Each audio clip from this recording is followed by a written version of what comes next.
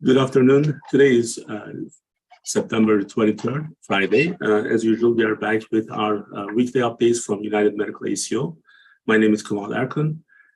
And today, Anthony Onugu, our Director of Contracting, is going to join me.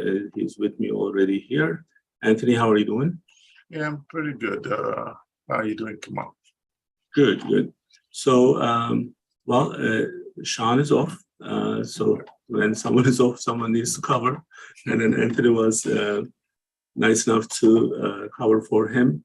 So we are going to go through our COVID update and monkeypox update. And then later on, we are going to have one of our other directors from our billing side, Besta Crew, is going to join us. So, Anthony, we can start with the COVID numbers. Yes, at the moment, the overall trend is downwards. It's been that way for the past 4-6 weeks. Currently, the daily case rates are in the region of 50, 55, 60,000. And the most significant number in that mix is usually the hospitalization rate. And that is, I believe, in the region of 4,000 or so new admissions on a daily basis, and with a death rate at just under 400. As of yesterday was 356. So the trend is downwards, and which is a good thing. But again, everything regarding COVID looks in the direction of what could happen in the fall, and that's where the rubber meets the road. I think the biggest, maybe for me at least, the biggest update was we still have 350 to 375 people dying every day, and then we are going into the flu season, winter, and it's going to be like just from the season itself, we are going to have difficulties. And when I heard Joe Biden saying that COVID is over, what was your take on that? I thought it was quite premature. I mean, the high death rates that we had in the fall and in the winters of 1 and 2 years ago is not anticipated, but a death rate of 400 a day is still an important figure, and it should have been more nuanced in the way it was presented, because yes, we are past the crisis stage of COVID. We understand the virus better. We understand the treatment better. We have the vaccines. We have the boosters. We have the ability to treat COVID patients in the inpatient setting for those who are either unvaccinated or those who are breakthrough cases. We're better able to treat them. One of those medications, I think, is Pavlovic's. It's shown very good results in treating patients with severe cases, but at the same time, a number of just under 400 deaths every day is a significant number, and the wording should have been more nuanced to reflect the fact that yes, we're past the crisis stage, but we still have an important number of people who are dying every day. Still have a long way to go, right? Yes, and in addition to the fact that it was also a lost opportunity to make a case for the boosters, the new boosters, which are specifically designed to be bivariant to be able to counter the original COVID as well as the variants, specifically the Omicron variant. So all that put together, it was a significant lost opportunity by the administration. It is, and I think this is why I always been telling people, we will get our updates, we'll get our information, but we still need to process that with the data that's given to us, that's available to us. So as soon as I heard him saying that, I checked the daily number of people who loses their lives, and that number is still very significant. And I think it was an unfortunate moment. Now, again, our goal is not to scare anyone. However, right now, this month, October approaching, from our family practice, primary care, we started flu vaccination with the drive-thrus and other ways to reach out to patients. And our goal is to make sure that we prep our patients for this upcoming season. And the worst thing that could be is undermining what's really coming, because just this season, it's going to actually have an impact on altogether. And I'm hoping that people do pay attention to data that's available to them. Now, Anthony, if we can talk about the monkeypox, any new updates on that? At the moment, we have about 24,000 total cases in the United States. Mostly the vast majority of it on the West Coast. In the state of Delaware itself, the number I think is probably under the 20s in the state.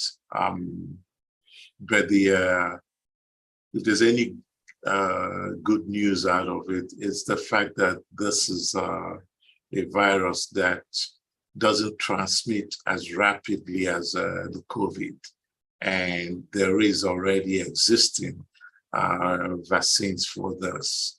But at the same time, a vast majority of the reason why the numbers continue to grow, even though slowly, is a lack of awareness, and in some cases even insufficient education on the part of healthcare workers who get in contact with patients who are infected and do not realize what is presented before them.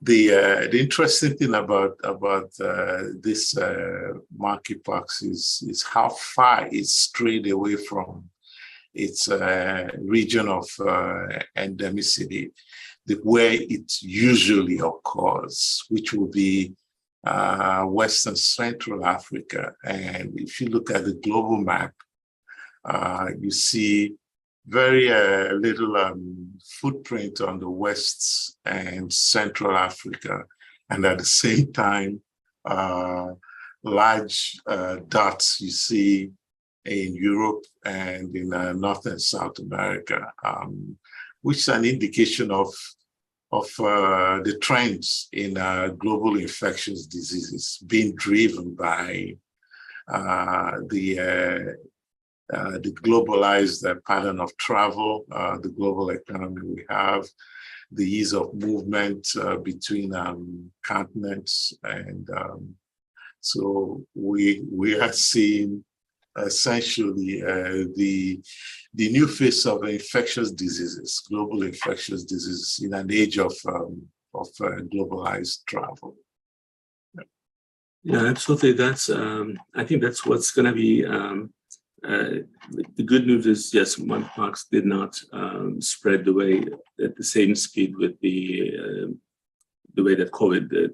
However, it's still out there, and then we don't want to be waiting for another pandemic with these. And especially, I think what I'm more worried about these days, this winter it's going to be different.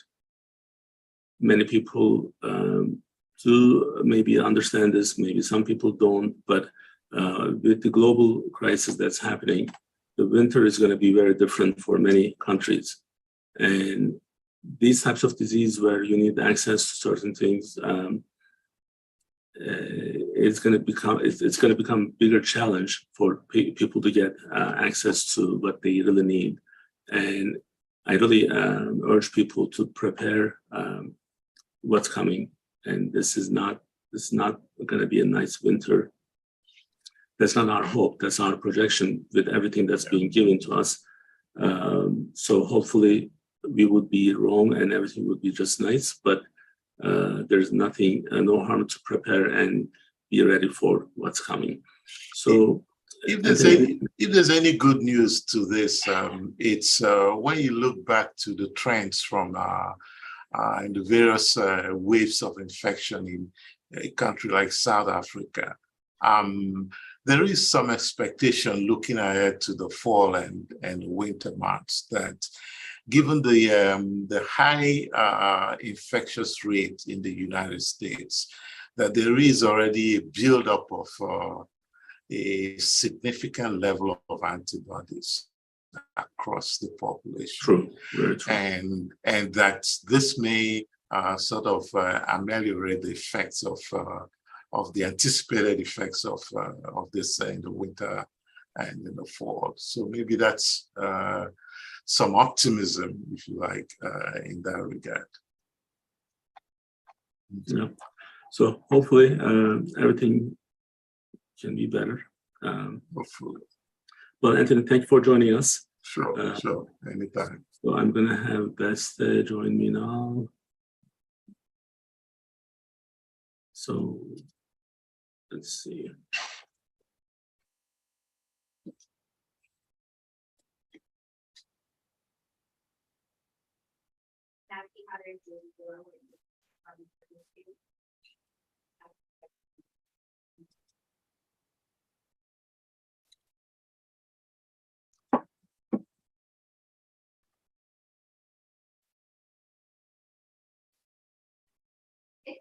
All right.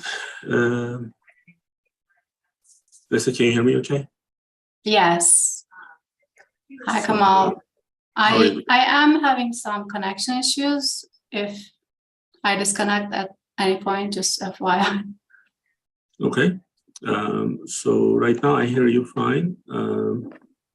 So let's see. We are gonna.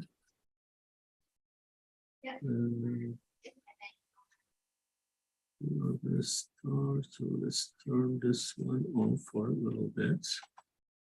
So Bessa, since the last time you joined us, a lot of things happened. I think it's been a while. It was the beginning of this year. It was, yes. So as you know, like the new format that we have, we are rotating between revenue cycle management and the clinical. Mm-hmm. And our audience is usually, and we always say that our patients are first, then our clients, our employees. So when I was visiting our Turkey office, people tell me that they do actually utilize some of these sessions as part of their, not necessarily training, but just maybe better understand certain things. Although when I had this RCM rotation idea, it was not to replace the training by any means, mm-hmm. but I think it makes, it gives additional resources apparently for our employees. So then I said, okay, if that's the case, then we need to kind of maybe slow down and make sure that we are covering the RCM part a little bit more on the technical side in depth. So then people can actually learn better. And also that would be probably good for our patients as well. So then they know what the process is for our clients for sure. So we are going to discuss the most frequent denials, which is part of our process day to day.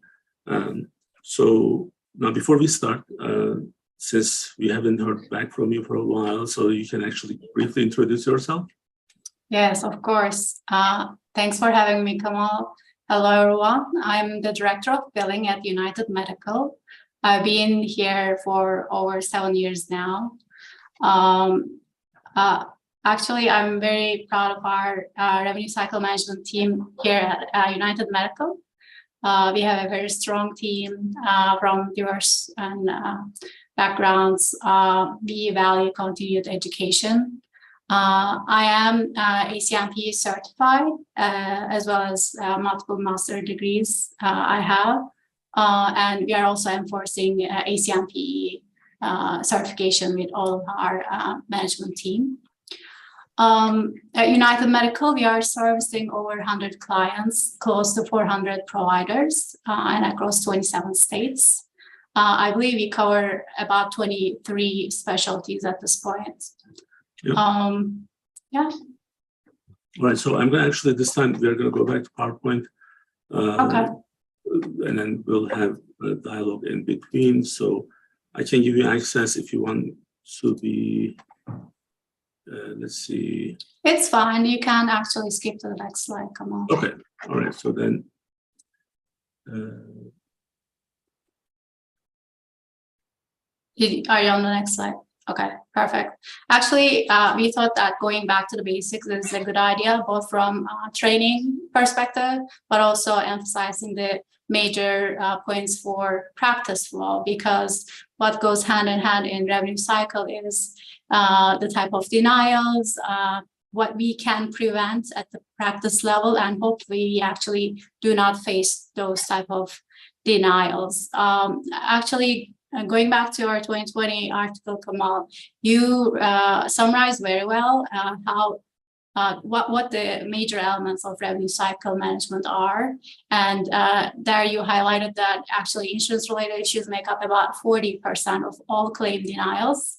This makes life a little bit easier, but also a little bit complicated at the same time, because we know the majority of types of denials that we will receive, but also the challenge is still there because we face similar denials from across the states, all clients in a similar format all the time. Actually, on the next slide, you will see a summary of, this is for the last 12 months, based on our actually correction work on client accounts. We covered about 103,000 preventable denials.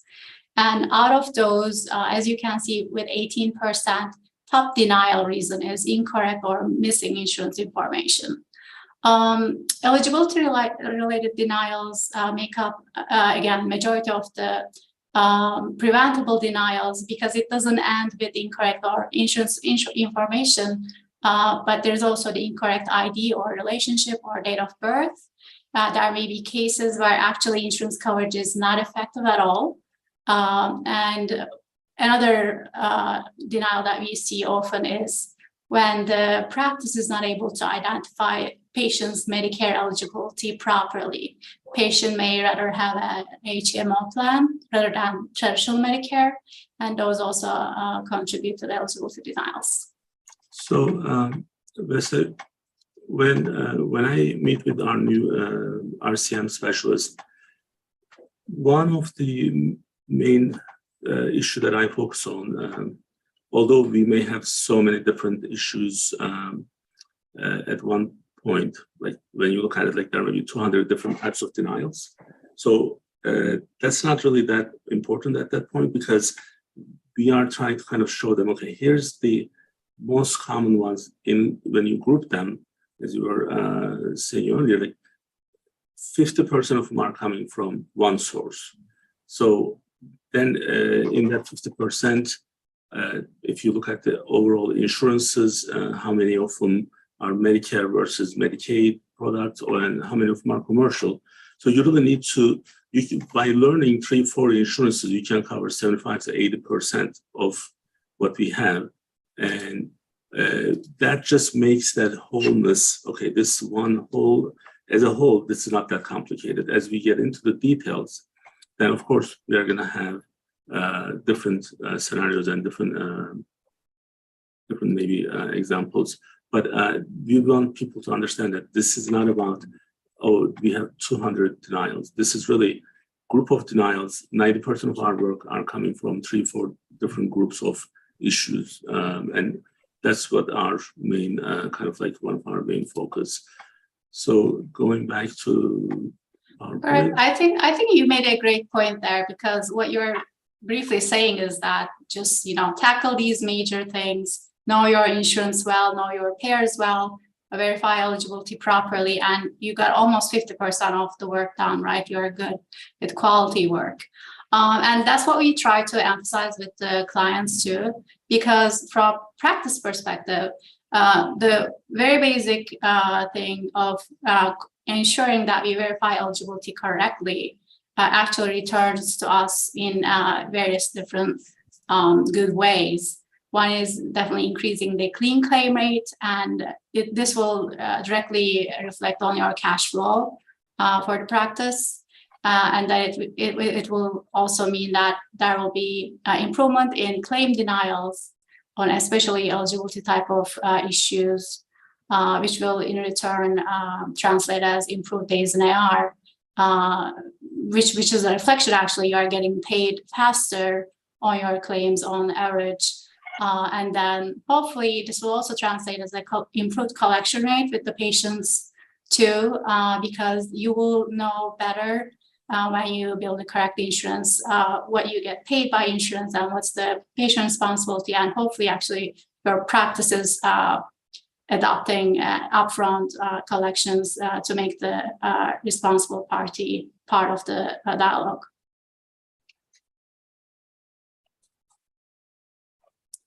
And lastly, I actually wanted to highlight a few points. If you were to ask, how do we improve this flow eligibility verification? I would suggest creating and following a routine workflow at every step. Actually, using digital means to your advantage matters a lot. And we always advise our clients to scan and put SNPs into the EHR system so that at a later time, they should be able to get back to their records and reference if needed, because we also see some terminations, backdated terminations from the payer end. Another thing that is vital to practice flow is actually verifying eligibility, PCP or COV information, preferably prior to the visit, because it may be too late to find out that your patient actually does not have coverage, or they had to actually update their PCP information on the day of the visit. So prepping ahead of time matters. And then obviously taking your patient to take action if they need to update any type of information with the payer. Again, training matters at all levels. I think one vital thing here is also giving the message that how important it actually is, and how each and every employee at actually front desk to matter to the health of your practice, and they can contribute to the basically best practices in your office. So now, when we say most frequent denials, let's talk about this a little bit. So one of the issues we have, these are most frequent, and they're simple, but they're happening all the time, right? So, and I was actually thinking about for today's session to see why are these happening. Like what are some of the barriers, or what are the actual current state and about current situation where we are in an ideal state. Now, many people don't realize how difficult to find staff, support staff, ancillary staff, whichever you want to call it, in the medical offices. And these individuals, if you look at their training for the job that they're assigned, there is really no correlation most of the time. And unfortunately, they do, one of the, so, okay, let's do this. So when you make less money, it's not the worst thing in the world because it gives you some freedom. What I mean is, when you make less, you can also leave a job whenever you want easily, because you'll be able to find another job with the low pay level. What I mean by that is, so there's that freedom of these individuals as well. So that's why we are focusing on our training and making sure that we can improve our benefits, our resources for our employees. So because if you don't provide that, that level can make easy move on a very easy, they can make these decisions very easily. And that becomes a big issue for many medical practices. I remember some of the medical practices, they didn't provide any benefits, no medical insurance. Like, imagine you're a medical practice and you're not providing a medical insurance for your own employees. There's no proper amount of vacation or time off, no short-term disability. Most of our patients, most of our, not most, but there is a big portion of our employees, they may be struggling, they may be single moms at that level again. So when you have to deal with those types of issues and then come to support a physician in their office who don't have same struggles, then you are not really actually getting the proper support. So you follow me so far, right? I think I get your point, and I agree. It's not just one-dimensional problem. It's from staffing to keeping the staff, but also compensating at levels that they can stay with you and grow with you. It's a whole another issue. I know we can't cover all in one RCM session, but what can be done at least is trying to train and keep your staff, and hopefully you will be able to attract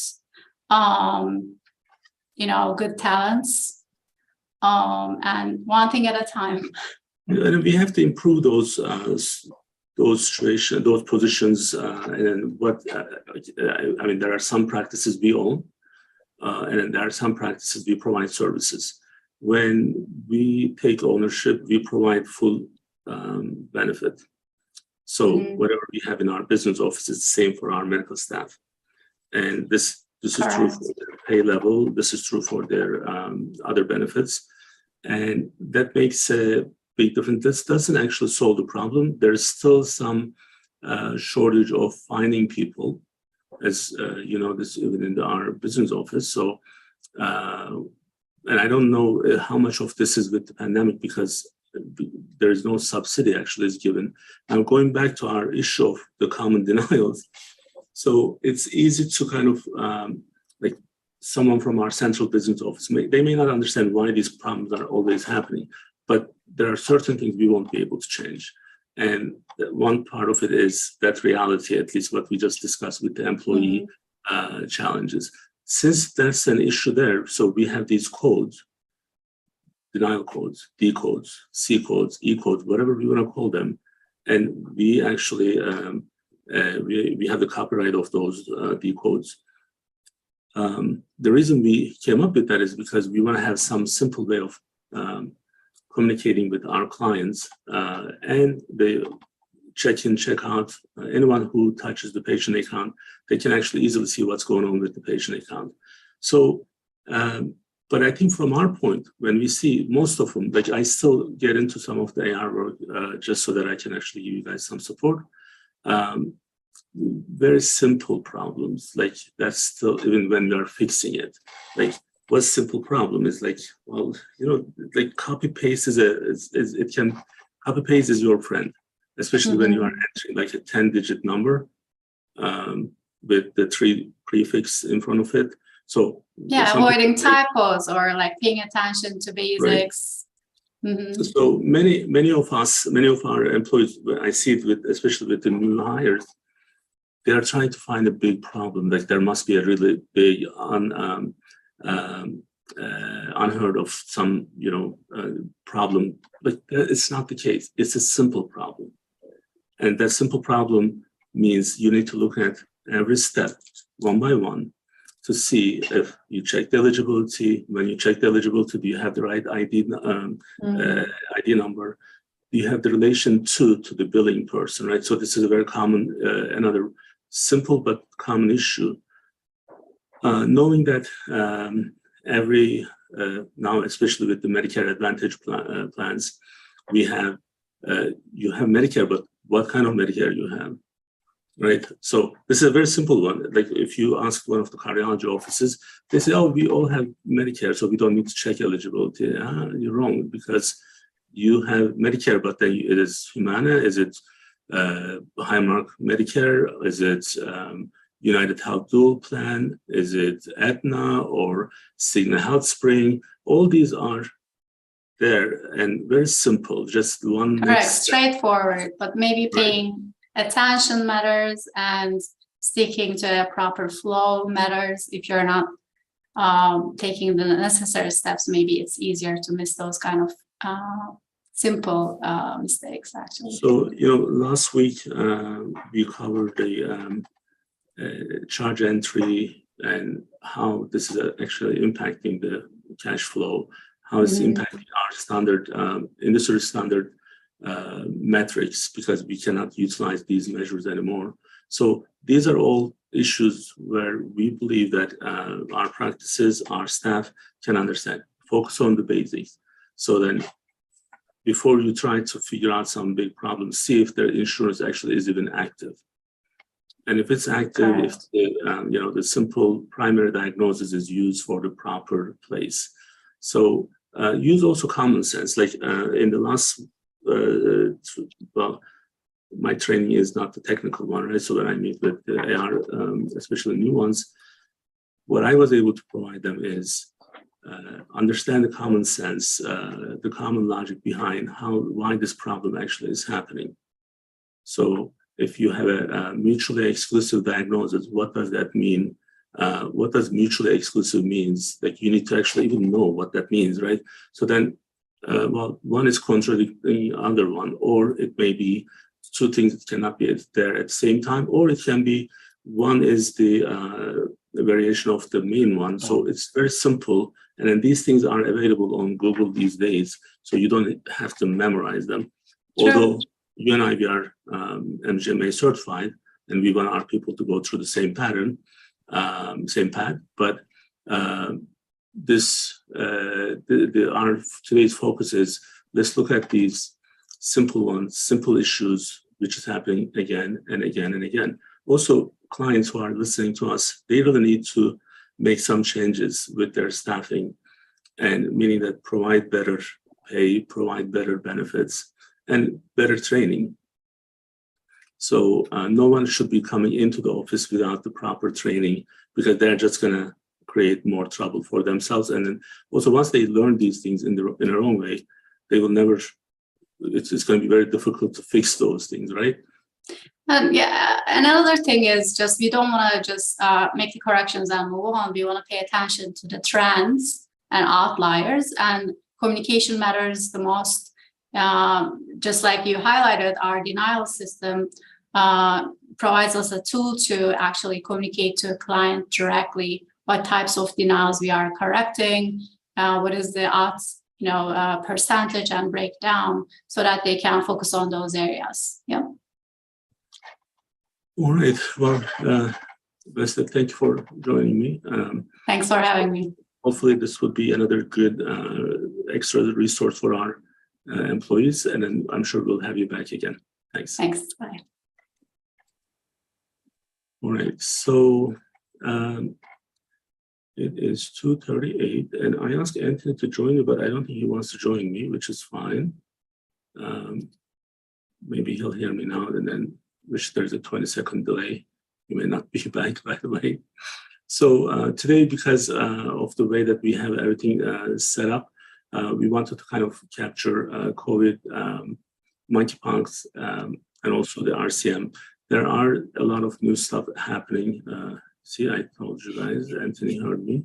So Anthony doesn't check his WhatsApp, but he checks my live events, so I can communicate him through these. Thank you, Anthony. Mm-hmm. So Anthony, I just wanted to kind of open up this winter challenges that's coming up, because we have, as everyone knows, that we are covering this on a weekly basis. So it's not just the flu season. It's not just for anything that's happening right now. This is going to be an extraordinary winter. And when I say this, people think that we say this for different reasons. No, actually, I see. I want to actually just, maybe I'm going to repeat this. Maybe I have said this before. A friend of mine who's in media, who posted something last year, 2021, and he was like extremely optimistic about the economy and all the stuff that was happening. He says like 2022 will be the greatest year. And I look at everything else was happening that time. One is, you and I, because we discuss these things very often, one thing that people don't understand, we lost 2 years from our lives. Absolutely. Pandemic took 2 years, which you cannot catch up because we don't have resources to make up for that gap.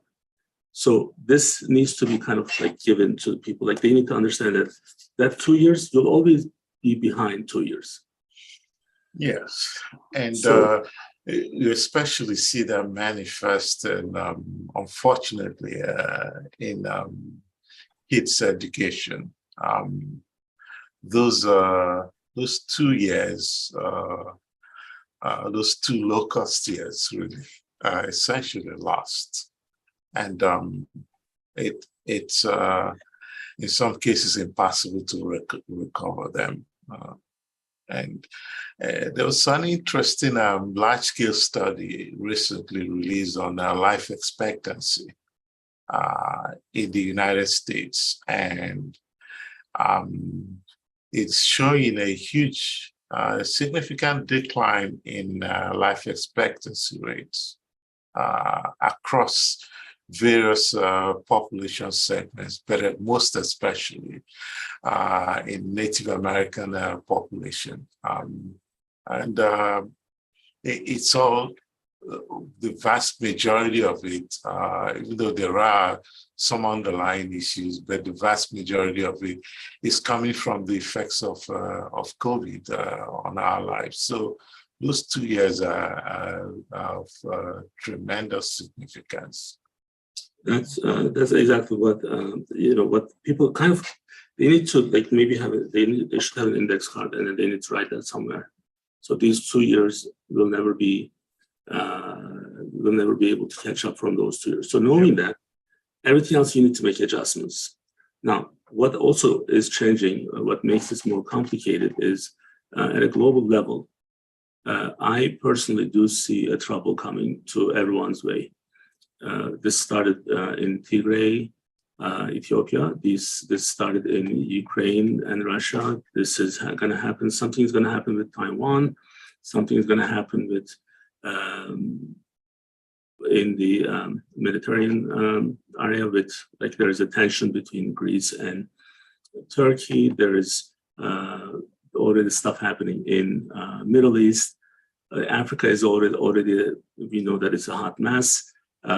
Stuff are happening, and it's extraordinary in a way that you see it and you know that there is a reason, like that you know what's next coming. Like, okay, so this is someone is going there, someone is doing an unexpected visit just to increase the tension, and it already happened. So now you have on one side you have Russia and China, and on the other side we have US and European countries. Although sometimes, and I do say this very openly, sometimes I don't know if we are wrong, because right now who's benefiting from this, like whose money is getting stronger is our money, US dollar, and the Russian money. The European euro is going down, the pound going down. So if someone's money is getting increasing in value, that means they're benefiting. So if we are benefiting, maybe we have something in common. I don't know. But what I want people to know is this tension may take a different direction, and it can elevate to a really to a really crazy, like a war situation within several different regions at the same time. So now I forgot what happened in Pakistan. I forgot what happened in Sri Lanka. These are real issues, and right as we speak right now, a lot of people are dying as the victim of these actions. I mean, we've been talking about Tigray issue for more than 2 years, and we just add up more and more and more. At some point, we have to kind of really understand which direction this is taking. So that's why I'm saying that just make sure that you make proper adjustments in your life, so then you're not disappointed with what may be. Because psychologically, if you are ready, it's one thing, but if you're not ready, things are going to be different. I think Europe is going to have a really difficult winter. Now, if they do it, this will have it's going to have the impact on everyone else, because everyone else who are dealing with those countries, trade and other interactions, it's going to be impacted. What we are getting from them, what they get from us, it's going to be all of us. Everyone's on the same bus, but for whatever reason, they don't really understand if that's the case.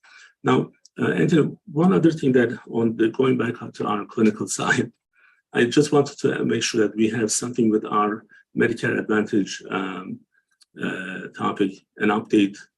So in case some clients, they maybe miss, some patients who are going to receive letters today, they actually start receiving letters. Can you just summarize the Medicare Advantage landscape in Delaware, what's happening and what United Medical is doing right now? Yeah, thank you. This has become a hugely important topic. The state of Delaware is transitioning its retiree population to a Medicare Advantage plan, and that will be a high-mark Medicare. Across the market as a whole, the MA market in the States has been in a flux of some sort. We have new entrants not by deliberate design in terms of new contracting, but these are existing health insurance companies that are in some ways surreptitiously transitioning certain class of patients to supplemental plans, such as the AARP, for instance. And it creates serious challenges for providers in terms of reimbursement, in terms of the ability to practice medicine without constraints, without the challenge of pre-authorization, for instance. So on one hand, it creates challenges on the reimbursement. On the other hand, it creates challenges on practice administration and the ability of these providers and practices to remain in business sustainably. So it's sort of a double whammy, and it's hitting on both sides of it. So as a group that advocates on behalf of our practices and our members, we took a look at the reimbursement trends with quick snapshots in 2018, in 2020 and 2022, looking at what has been the reimbursement rate of Medicare Advantage plans in the state, and how do they compare to traditional Medicare reimbursement rates. And we find that quite a number of insurances, Medicare Advantage plans, are not keeping up with Medicare even. Never mind exceeding Medicare, and not even keeping up with Medicare. And so I'm gonna put that in perspective for some people to better understand.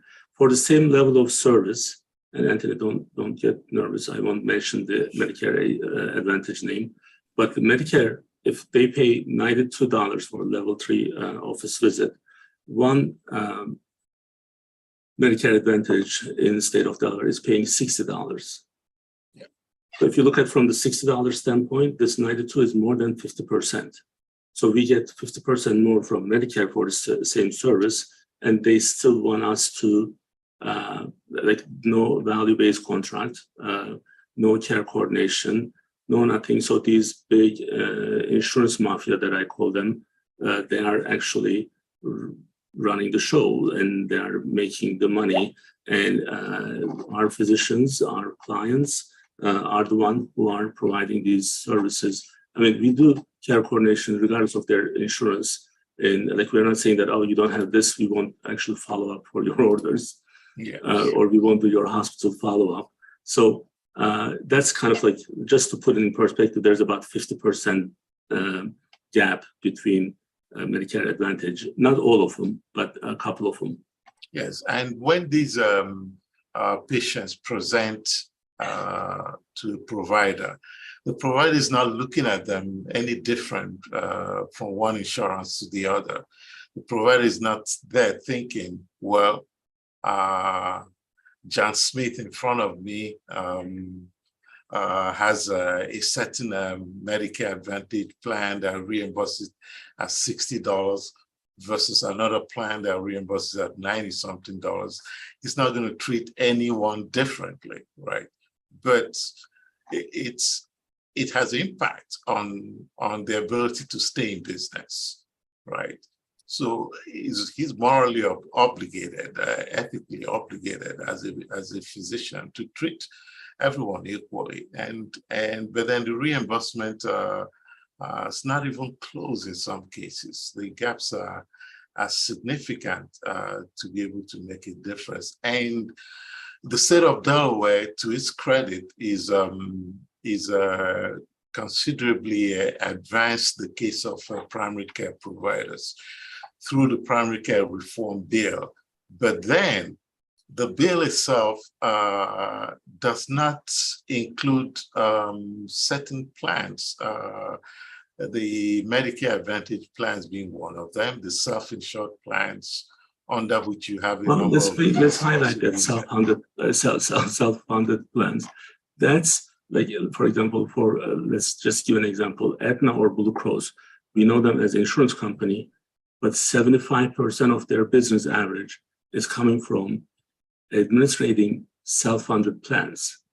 Correct. So if I have Blue Cross patients, let's say if I have 20,000 Blue Cross patients, only 5,000 of those patients are captured with this new law. 15,000 of those patients are, they're self-funded plans. And Blue Cross actually is the one who's following the state rule.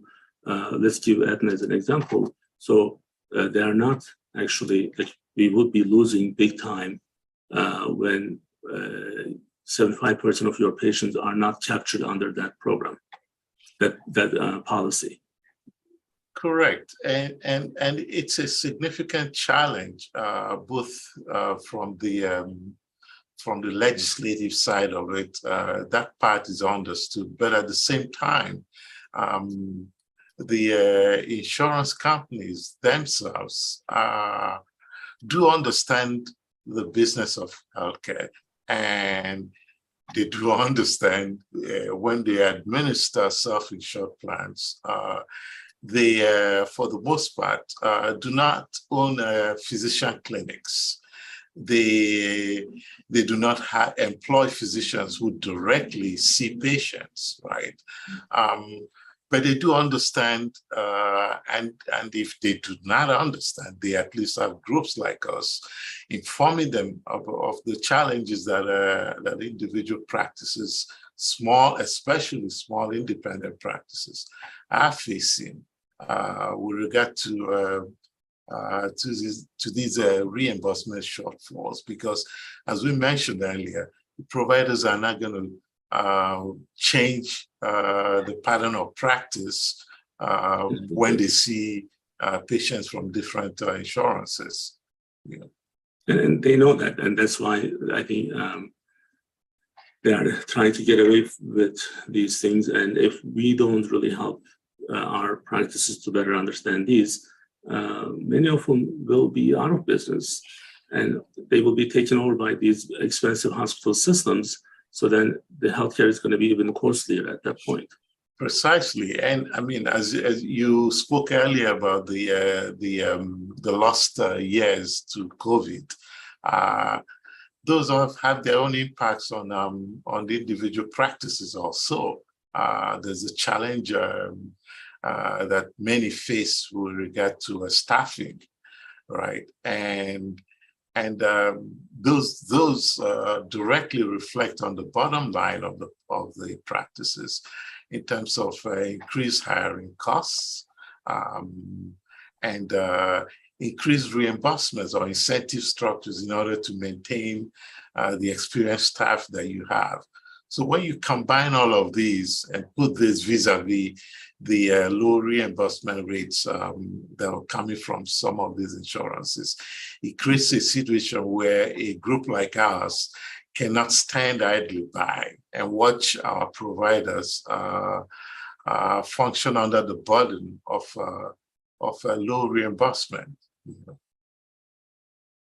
Well, Anthony, thank you so much for coming back and giving the updates. So I think these are important for our providers, our patients, our employees. It's almost like a business meeting, but we just do it in public. So hopefully everyone can benefit from these. I'm going to have our Bariatric Friday in the next 5 minutes with Dr. Erkan. He's going to join me. We are going to discuss the bariatric surgery and the impact on life expectancy. So if you guys are interested in that, please follow us. We'll be back in 5 minutes. Thank you again, Anthony. Thank you so much. Yeah, thanks. Bye-bye.